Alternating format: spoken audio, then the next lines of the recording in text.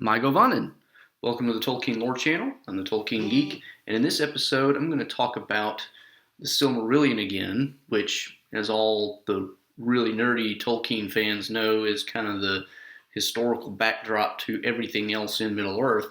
But in this particular video, what I want to talk about is how would you bring this to the big screen, or if in the alternative, maybe as a TV miniseries or something like that, because there have been people on the internet basically talking about, bringing it to either movie form or miniseries form, because it's really the only major thing left in Tolkien's Middle-earth universe that needs kind of a movie treatment.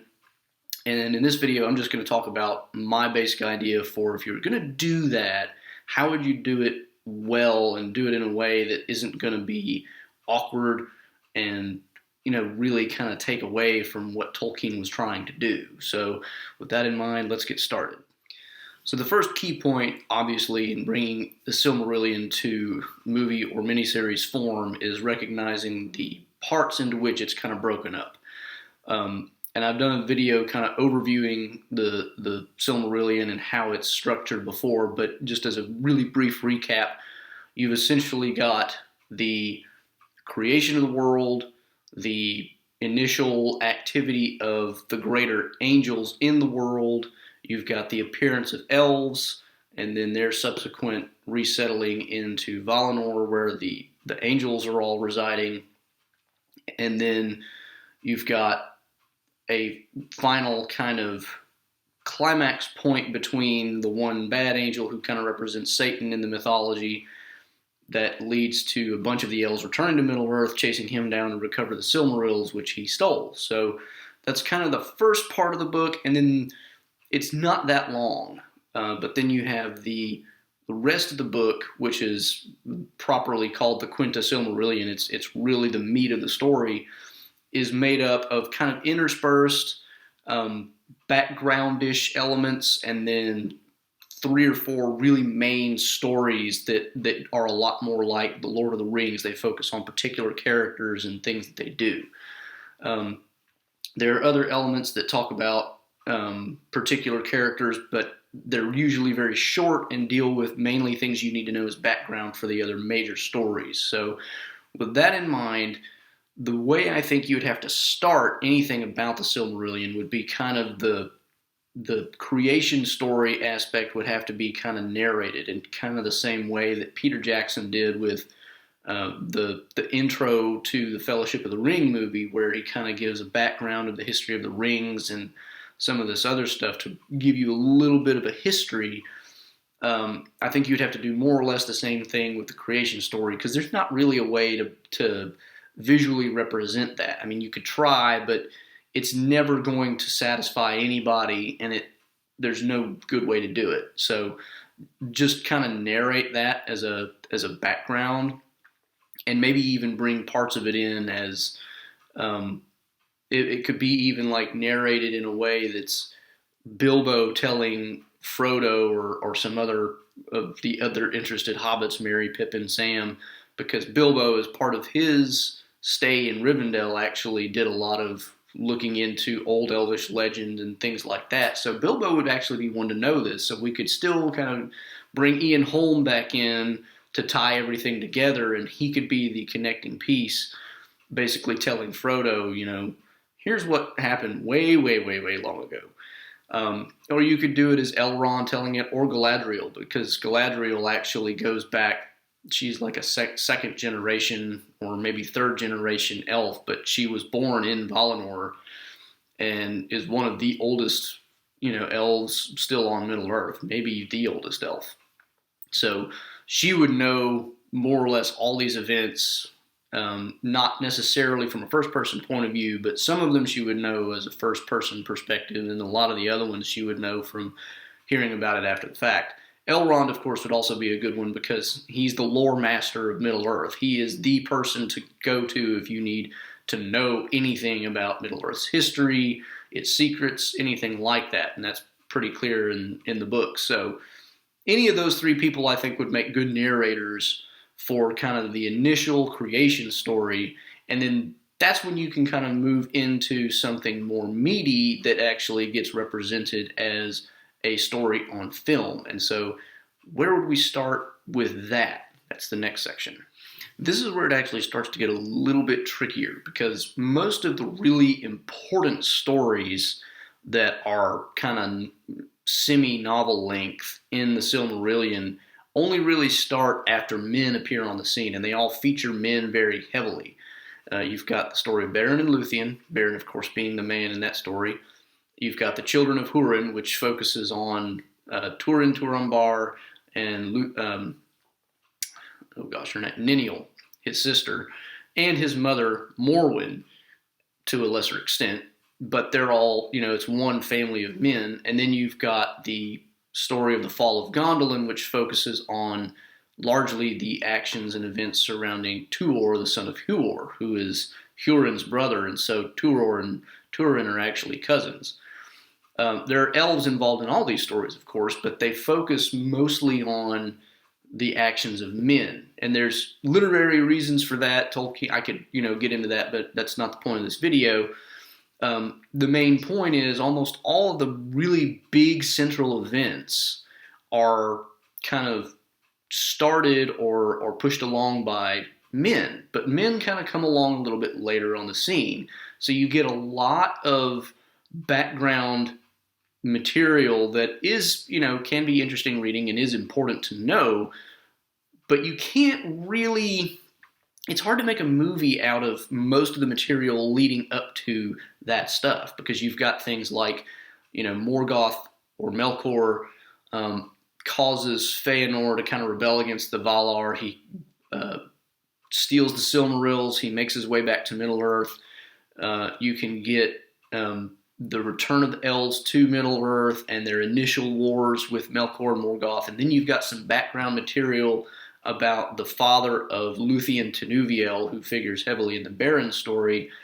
Her father, Thingol, marries a Maiar, which is basically a lower class of angel named Melian, and they kind of set up their kingdom, and there's some important stuff about that. There's also some important things about another elf who's kind of called a dark elf, whose name escapes me at the moment. But he figures heavily into the fall of Gondolin story. But all these things are kind of really short little episodes. They don't have a whole lot to them, and you can't really bring them all together into one story. So I think you'd kind of have to skip a lot of that kind of material and use that as kind of backdrop material for the main three stories. I mean, really the stories that get told are going to have to be in the movies or miniseries or however it gets done, if it ever does, are the Beren and Luthien story, the Turambar story, and the fall of Gondolin. Those are the ones that really get movie treatment. The other ones you can't. The rest of the material in the Silmarillion just doesn't lend itself to being made into movies, and that probably is why this may not ever happen, because it's just really hard to bring some of this to the silver screen. But if you were going to do it, the way you would have to do it is all the creation story plus the relevant other backstory for whatever movie you're making would have to be kind of included as either flashbacks or similar type of narrated something in the movies. Now, the first of the movies that you'd have to make really would be the Beren and Luthien story. And the reason for that is it's chronologically the first one that happens. So I think the way you would have to go about it is, if you make Beren and Luthien first, you would have to go into some backstory on Thingol and Melian, because that obviously figures very heavily into that legend. And you could also bring in a lot of the main information about how the elves came back to Middle-earth and the initial wars that they had with Morgoth trying to recover the Silmarils, and then kind of how it settled down before the arrival of men on the scene. So you could kind of cover a lot of that in Beren and Luthien, and it wouldn't be that hard to do. You could have a couple of flashbacks, because Beren in his travels runs across various different elves who would know a lot about the things that happened. I mean, he ends up becoming a friend with an elven king named Felagund. That's actually not his original name, though. Finrod is his original name, and he gets the name Felagund because he basically makes his fortress underground, and it has to do with delving caves. I don't remember the exact etymology of the name, but that's how it goes. But he was there at the time of when Morgoth stole the Silmarils, so we could kind of have him be a way of narrating or giving us a flashback to some of the things that happened in the original rebellion, sort of, and how the elves came back to Middle Earth, and we could get that through him. We could also get it through Thingol himself, because obviously Thingol wants Beren to recover one of the Silmarils as the price for marrying his daughter Luthien. So he knows at least some of how that went down, presumably. He knows that it happened. We might be able to get some of the initial material from him, and then Felagund could fill in the details later, something like that. But that's a way that you could get some of that material in. And then at some point you could also have... you'd have to get the entrance of men onto the scene at some point, but that's not hugely important, and it can be kind of just referenced a little offhandedly. That wouldn't have to have like a major exposition point in the movie. But then the rest of it can be very much focused on Beren and Luthien. I mean, that would have to start with Beren with his father Barahir, and you would get even there some background on Felagund, because Felagund gave his ring to Barahir, who then gives it to Beren, who then uses it as his way of getting favors out of Felagund. There's a whole big thing. That's actually the ring that Aragorn wears in The Lord of the Rings. So, I mean, there's a huge amount of story material just on that. But that's, I think, how you would do Beren and Luthien. You'd have to bring in the elements in that movie of the rebellion in Valinor, how the elves came back to Middle-earth, some of the initial setup of how they established their kingdoms and some of the initial wars, how Feanor gets killed, because those are all kind of important to the way Beren's quest goes in the aftermath. So I think that's how you would have to do that. So now let's kind of cover the other two major stories, and that'll bring in a lot of the other background information. Now, the tricky part with the other two stories, Turin and Tuor, they intertwine a little bit. There is actually one point in the stories where Turin arrives at a lake, and Tuor also happens to be at the same lake, and he sees Turin, but they don't really talk. Turin at this point is very distraught over some really bad stuff that's happened over in his life, and he's just he's almost gone mad because of his sorrow. But the main point is you have these two stories that intersect a little bit, and the two main characters are cousins, and yet they don't even know who each other are. And Turin doesn't even necessarily know that Tuor is there. So it gets a little tricky because these two stories are to some degree simultaneous with each other. More importantly, though, the Turin story references the Beren story to some extent, because Turin ends up being fostered by Thingol, because Thingol kind of feels bad for Beren and his family and the broader family of the tribe of men that he came from, and takes Turin as a fosterling partially for that reason. And so there's also the element of Turin wants to do great deeds because he thinks that he can be awesome like Beren was. And Thingol kind of tries to tell him, there's not that many Berens in the world, dude, just chill. But anyway, the point being, after the Beren and Luthien story, you start to get a little bit more entangled as you go along. There's more and more references to each other in these different stories. So it gets a little more complicated to bring to a movie or miniseries experience, but it could be done, I think. And with Turin Turambar, you would probably get a little bit more of the backstory of the Thingol and Melion kingdom and some of that. Not necessarily a lot more, because you'd have to cover a lot of that in Beren and Luthien. There's not a lot of other backstory you would have to have. There is a little bit, probably, because by this point you have to explain why Turin, the son of Hurin, is a fosterling, and that involves some of the wars that go on between the elves and Morgoth, And at this point, Morgoth is he hasn't really crushed the elves yet, but he's starting to make inroads and become a much more dangerous enemy. And he's begun kind of the conquest of the section of Middle-earth where this happens, which is called Beleriand. At this point in the story, there's been a major sea change in the fortunes of the elves and men, because at the time of Beren and Luthien, everything was kind of kosher. The elves were keeping Morgoth in. They couldn't get to him, but Morgoth couldn't break out either. By the time Turin, son of Hurin, comes along, the opposite is the case.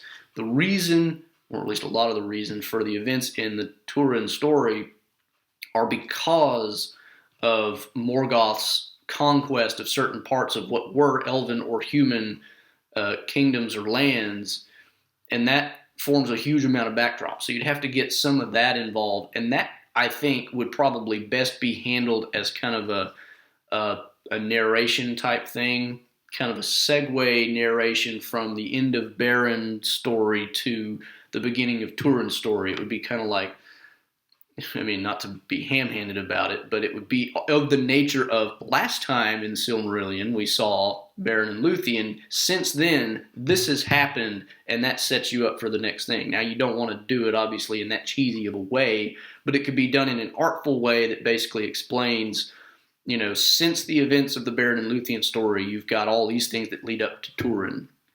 And then you can kind of just get into Turin's story. Turin eventually, he starts out, basically, he's still living with his mother, and basically they're all slaves to the evil men that have been given the land that they inhabited, but his mother ends up sending him to Thingol's realm to be fostered, and that leads to all the other events that happen. And this one is such a long story by itself, you might actually have to make this one into 2 movies. Turin's story is huge. There is a lot that goes on. The one last piece of kind of background that you would have to cover, you could probably cover this in the next one, so let me not get there yet. You kind of would. Okay, let me just talk about it now. It's complicated because, again, everything gets so entwined. This is really more relevant to Tuor's story, but it's also relevant to Turin and his family, because before the war that happens that leaves Turin more or less an orphan — he's not technically an orphan because his father's alive, he's just held captive. Hurin and Huor, the 2 brothers that father Turin and Tuor respectively, at some point they kind of end up in Gondolin, which is a hidden city which is not meant to be known about by anybody except the people who live there. And I'll get to a lot more of that detail later. But one of the reasons why Hurin is important in and of himself is because he actually knows that this city exists and sort of kind of where it is. He doesn't know exactly where it is because he's lost when he finds it. But when Morgoth captures him in the war that takes place just before the events of Turin's story, he wants Turin to tell him, where is this kingdom? Because he knows about it too, vaguely. He kind of has vague rumors of it and whatnot, but he doesn't know where, and he can't find out. And that's the point, is it's supposed to be kind of like the last refuge before, the ultimate fall of the elves, and they try to go back to the west. But the main point is, he is so mad at Hurin that he won't tell him. And in fact, Hurin laughs in his face. He's like, "You're pathetic. You can't even get what you want." That he basically forces him to sit in this chair, and in some way or other, he gives Hurin the sight that he has to see all these different things going on in Middle-earth, but particularly the things that happen to his family, especially Turin and Niniel. And he lays a curse on them, and he's basically using this as a form of torture, basically saying, "You're going to watch your entire family just be destroyed by this curse I placed on them because you laughed at me." So anyway, that's the extent to which you have to kind of have a little bit of that backstory. You could save that for the Fall of Gondolin story, but then you'd be missing out something kind of important for Turin. So But anyway, once you have all that backstory, you can kind of just get into Turin's story and go. Most of the other backstory is not relevant at this point. So, I mean, you get, once you get going into his story, it gets more interesting, and the rest of it, you can kind of, it just flows by itself. So, that being said, the only other major story left is the fall of Gondolin and kind of the end of the Silmarillion cycle. So let's cover that, and that'll wrap up pretty much all the rest of the backstory material that we need to cover too.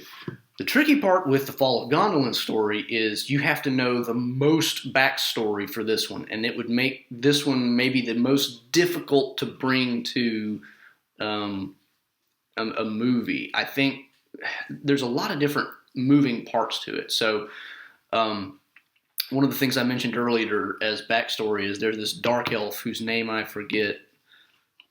Maelduin, maybe? I can't remember. And I don't have my copy of the Silmarillion because I've loaned it. Foolish me.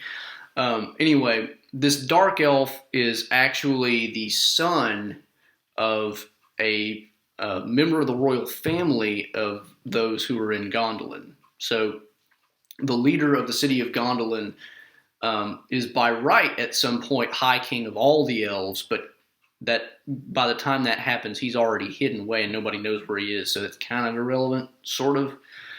But he is king of his own little realm regardless, and his, I think it was his sister, I'm pretty sure it was his sister, goes off and gets lost and is taken by this other elf out there who's a really great smith. That's kind of the one thing we know about him, who forged a sword out of a meteorite, essentially, which plays kind of heavily at some point. Wait, I'm thinking of a different.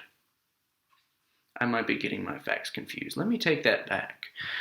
Anyway, there's a lot going on beyond just this, but the bare things you would need to know for the Fall of Gondolin story is she has a son because this guy essentially kidnaps her and keeps her, and eventually she and the son escape back to Gondolin. The other guy comes and tries to get him, but that doesn't pan out for him because by the time he gets there, he's kind of outnumbered, and the king of Gondolin's like, yeah, you couldn't have done that in the first place, so you're not getting anything. Anyway, you have to get that little bit of backstory because the son ends up growing up and being kind of the main antagonist in the story. There's also another, you have to explain the existence of the Kingdom of Gondolin itself, and that goes into a lot of backstory about one of the Valar named Ulmo, who's kind of the Poseidon figure in the mythology. He's the Lord of the Waters. He's the one who takes the most interest in trying to help the exiled elves. The rest of the Valar are kind of like, man, those guys were just jerks. And Ulmo's like, yeah, they were, but we still don't want Morgoth to just utterly crush them. So Ulmo goes to Turgon, who is the king of Gondolin, and at some point, while he's still living near the shores of Middle-earth, and basically comes to him in a dream and tells him, you're going to be the last kingdom standing, because sooner or later Morgoth is going to crush everybody, and it's going to be really bad, and we're going to need somebody left to keep trying to send messengers to the Valar who can actually make it. So you get, Ulmo tells him basically, I'm going to show you where you're going to build a secret hidden kingdom, and you're going to leave behind a set of armor and some weapons and whatnot for the person who is going to end up coming to you as a messenger from me to tell you when the time is right to leave that kingdom, because it too will be discovered and eventually fall, but in the meantime, it's still a safe refuge. So you got a little bit of backstory there, and I think that would best be handled kind of the way that Peter Jackson handled the intro to the Fellowship of the Ring. That part could be done cinematically. It wouldn't have to be narrated or given as a flashback or anything like that. I think that could be done, as a what, just part of the movie essentially, but have it happen and then X number of years later, and then what happens there is the next major thing that would happen is you then see Tuor, who at the first time we meet him in the story is actually a slave, I think, of, I don't remember if it was evil men or orcs, but one way or the other, he's a slave. He ends up escaping. He ends up wandering for a long period of time. He ends up finding the deserted kingdom on the shores and the armor and whatnot. And Ulmo appears to him in a vision or dream, or just physically appearing to him, and I don't remember which, and basically tells him, look, here's what all this stuff is, and you're the guy that's supposed to pick that stuff up and go to Gondolin. So then he runs into an elf who can actually show him how to get there, which is all kind of part of the plan. But you have to go into all that backstory. Now, the backstory with the dark elf and his son or whatever, the one who ends up being the antagonist, that would probably have to come as a flashback / exposition that happens after Tuor reaches Gondolin. So you would either have to maybe hear that from the princess of Gondolin who tells Tuor, and that wouldn't be a bad idea, because the princess is kind of the point of the love triangle, because the other elf loves her and Tuor loves her. So, I mean, if Tuor could end up getting some of this information from her, or it could be just kind of, there are different ways you could do it, I guess, but that would be the harder one to incorporate into the story. So, anyway, the main thing is, those are the two main elements of the backstory you'd have to get, but they're both kind of long and involved. And so it gets a little bit trickier. The one you could handle, the actual establishment of Gondolin, you could handle just by, that could be the first part of the movie. The one with the other elf, it gets a little trickier because you have to explain a lot of information in a way that doesn't really flow well with the rest of the movie. You just kind of have to know it.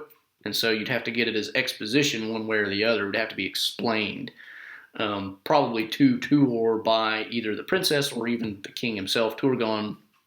But anyway, once you get to that point, you can kind of move along with the story. And the fall of Gondolin as a story is not that long, but it leads to basically the end of the Silmarillion, and so it kind of gets drawn out.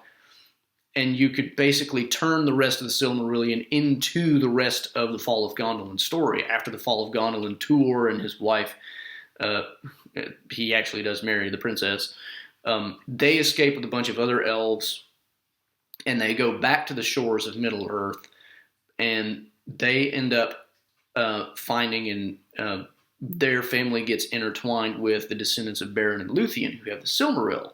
So you'd also, at some point, probably have to bring in a little bit of backstory about what happens to Thingol's kingdom and how the Silmaril gets passed down to Beren and Luthien's descendants, because Thingol gets killed, his kingdom gets destroyed, and a lot of weird stuff happens there that you'd have to kind of bring in as exposition.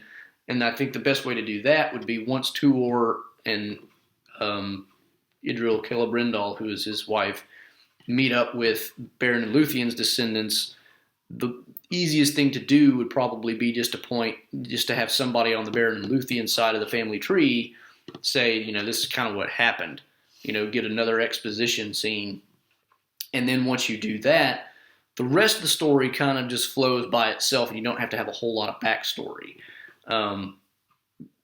But at that point, you get the main events that happen are the sons of Feanor, who created the Silmarils, are still trying to fulfill their oath to recover the Silmarils, and they find out where these other elves are, and they know where the Silmaril is, and so they're trying to get it, and that creates a lot of tension among the elves themselves. And anyway, at some point, the children of Tuor and the Beren and Luthien's descendants end up marrying each other, and so you end up with Eärendil, who is the final character who makes it back to the West. And that's probably where you would want to kind of end the story, and because the rest of it, again, kind of doesn't lend itself to cinematic.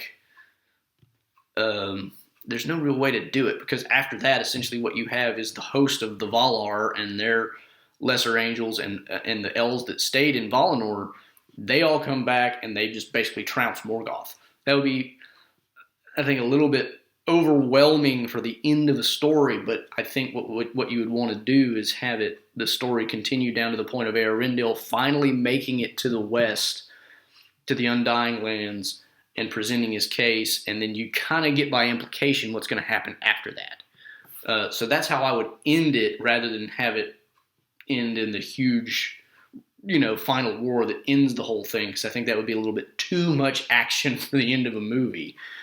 But anyway, that's kind of how I would cover the Silmarillion and turn it into either a series of 3 movies or a mini series, or maybe 4 movies, because Turin Turambar is such a long story.